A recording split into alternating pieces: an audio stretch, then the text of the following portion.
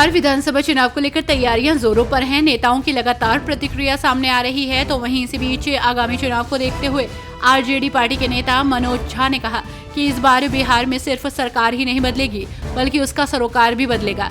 साथ ही उन्होंने कहा कि मैं वो समय भूला नहीं हूँ जब प्रधानमंत्री बोली लगा रहे थे कि कितना दूं। राजधानी दिल्ली में एक बार फिर तबादला एक्सप्रेस चली है। दिल्ली में बड़े स्तर पर आईपीएस और डीएएनआईपीएस अधिकारियों के तबादले हुए हैं। दिल्ली के उप राज्यपाल वीके सक्सेना के कार्यालय की तरफ से जारी आदेश के अनुसार 24 आईपीएस और 14 दिल्ली, अंडमान और निकोबार द्वीप समूह पुलिस सेवा के अधिकारियों का ट्रांसफर किया गया है। जम्मू कश्मीर में तैनात रहे वरिष्ठ अधिकारी संजीव यादव की दिल्ली में वापसी हुई है। सर्वदलीय प्रतिनिधिमंडल का नेतृत्व कर रहे जेडीयू नेता संजय झा ने सियोल में यूट्यूबर येचन सिलिनी चार्ली से मिले। इस बात की जानकारी उन्होंने खुद अपने एक्स अकाउंट पर पोस्ट कर दी। पोस्ट में उन्होंने लिखा, ये मुलाकात कुछ अलग और खास थी। इसके साथ ही उन्होंने वीडियो भी शेयर किया जिसमें वो चार्ली से आतंकवाद के बारे में बातचीत कर रहे हैं। मुख्यमंत्री भजन लाल शर्मा के कुशल मार्गदर्शन में राज्य के दुग्ध उत्पादकों को 88.43 करोड़ रुपए की अनुदान राशि का भुगतान किया गया है।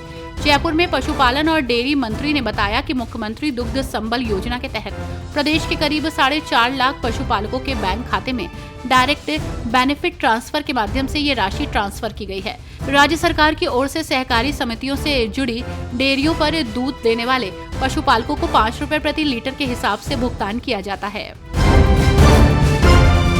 ग्रीस की हेलेनिक संसद में डीएमके सांसद कनिमोझी ने कहा, जब भारत पर हमला होता है तो सभी राजनीतिक दल एक साथ खड़े होते हैं, क्योंकि हम अपने देश के लोगों का प्रतिनिधित्व करते हैं जो हाल ही में हमारी धरती पर हुई घटना से दुखी हैं।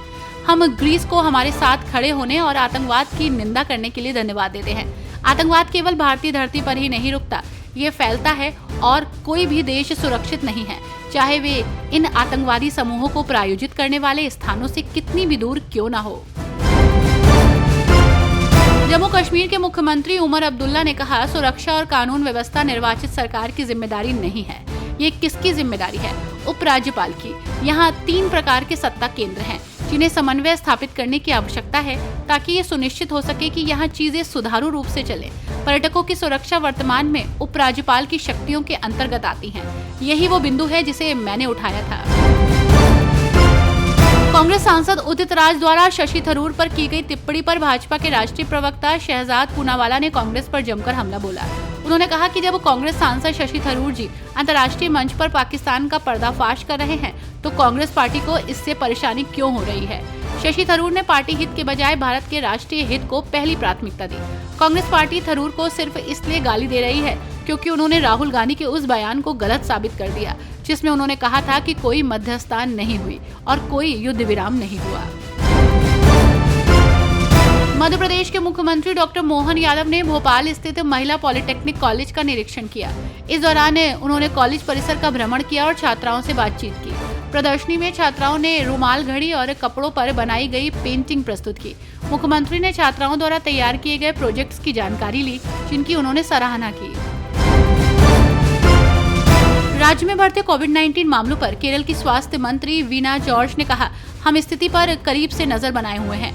जब हमने वैश्विक स्तर पर कोविड-19 मामलों में वृद्धि देखी तो हमने मंत्री की अध्यक्षता में एक राज्य स्तरीय त्वरित प्रतिक्रिया बैठक की और अधिकारियों को स्थिति पर बारीकी से नजर रखने के निर्देश दिए।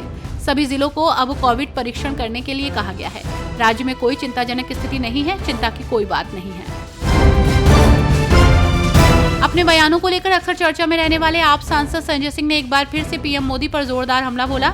उन्होंने कहा कि अब बीजेपी वाले घर घर जाकर महिलाओं को सिंदूर बांटने का कार्यक्रम बना रहे हैं। बीजेपी वालों को शायद सिंदूर का मतलब नहीं मालूम। महिलाएं अपनी मांग में उनके पति द्वारा दिए गए सिंदूर को भरती हैं। उनके लिए वो आत्मसम्मान और स्वाभिमान का प्रतीक है।